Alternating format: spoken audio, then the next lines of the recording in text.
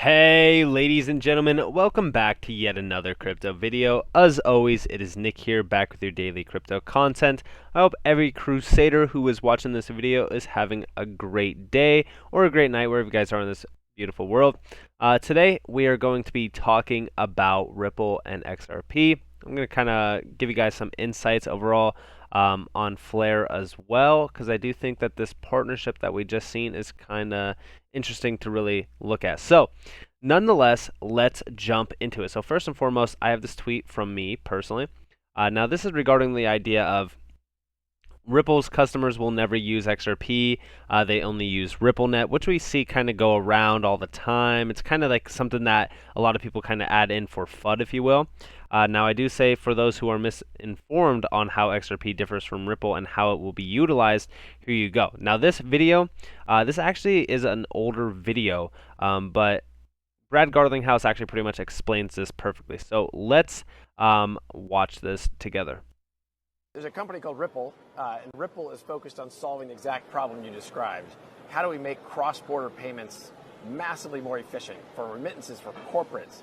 We use a digital asset called XRP as part of that flow, and we use XRP because it's 1,000 times faster than Bitcoin transactions and 1,000 times cheaper than a Bitcoin transaction.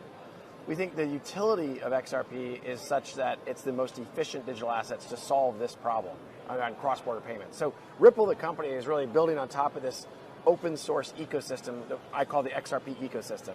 And Ripple's building vertically on top of that as a payments company. Now, you've signed up a lot of real-world clients, big banks as well, and they're using your X-Current products as well, but not necessarily using the XRP token, which has prompted a few people to ask, what's the value of XRP if it's not being used on a wide scale right now? How do you respond to that? Well, the first problem that Ripple focused on is really engaging with those banks to solve a real-world problem for them.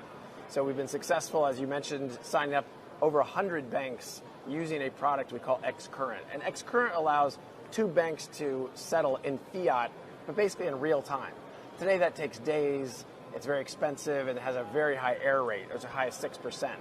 So that works when there's two banks that are working together that already have fiat. If we wanted to go to a third bank where we don't have liquidity, where we don't have a pre-funded account, that's where a product like XRapid comes into play. XRapid uses XRP to fund real-time liquidity. So no longer do I have to pre-fund. There's trillions of dollars parked around the world, pre-funded between banks, between corporates at banks.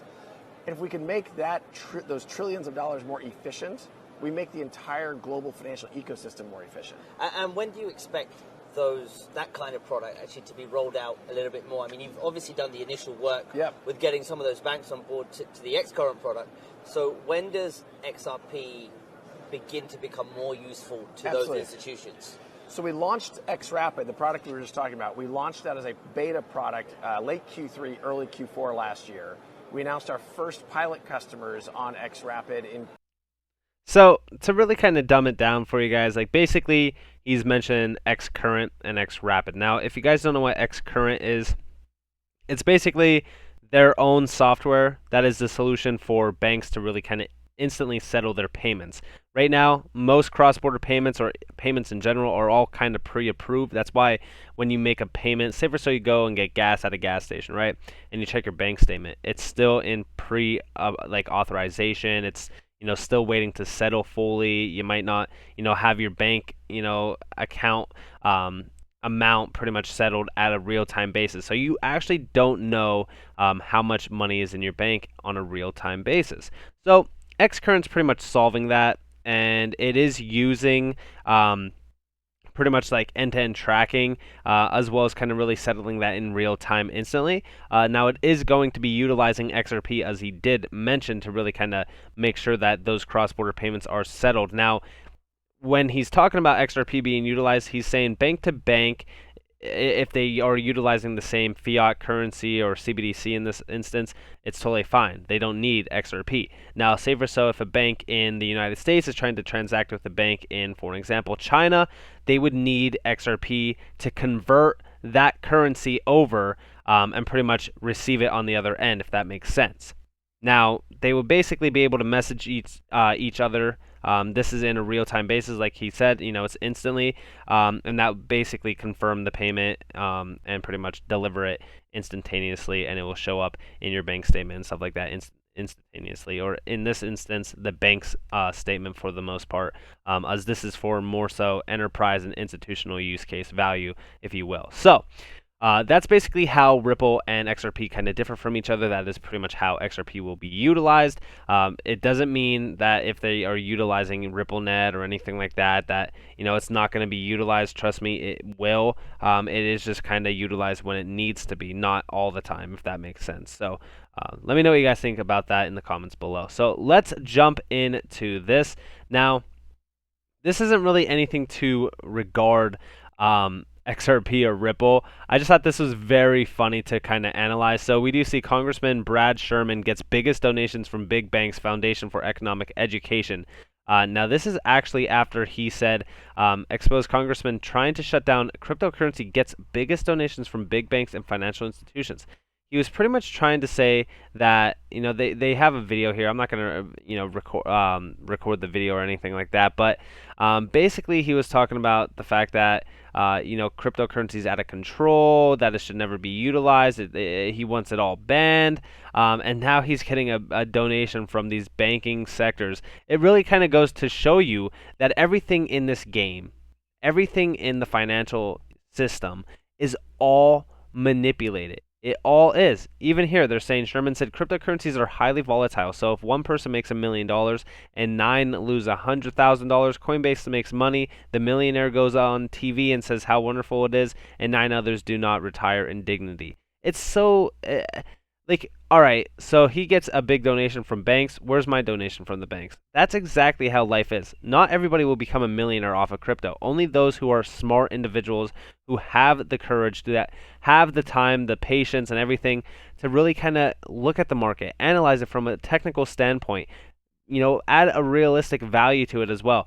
That is those people who will become millionaires. The people who will lose money are the ones that are, first off, not logical in a sense where they don't want to hold during a dip. They want to sell during the dip and lose money.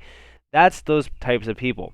It's not cryptocurrency's fault. It's not crypto's fault at all for being volatile at all either. The stock market is volatile as well. Sure, it's not going up 50% and down 50%, but it's still an up and down game. We also see here that he says cryptocurrencies have the political support of the patriotic anarchists who are rooting for tax evasion. I hope we shut it down. It's a pure attack on cryptocurrencies. Like, listen, banks they're such a scam. I actually have a tweet that was on my Twitter. It was talking about how banks basically take your money. They could offer you a higher percentage in interest rates where you basically earn a higher APY on your money, but they don't. They cap it at 0.001% or 0.01%. Sorry. What's the point of even holding money in a bank? Banks are such a scam. Banks are honestly a dying, financial system in this game, if you will. I honestly don't even think that banks will have the time to really kind of stay in the game for as long as they will. I think soon we're going to just see them die out with, DLTs coming into this game, CBDCs being released. Banks are just a dying system, if you will. But also, I want to talk to you guys about one last thing, and that is this.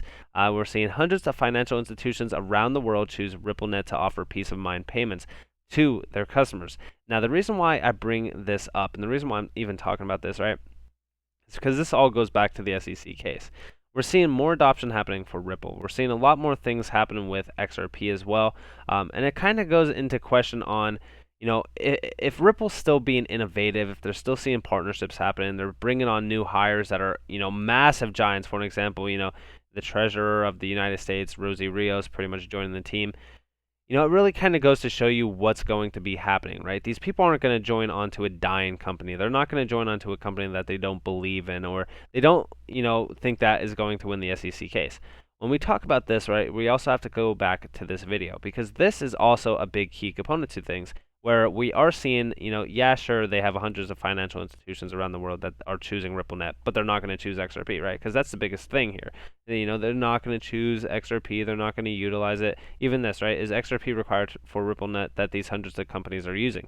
Most likely not. And it's not. They're not required to use XRP, only when it's actually, for an example, utilized. And that is going to be the case when you do transact globally from one network to another network.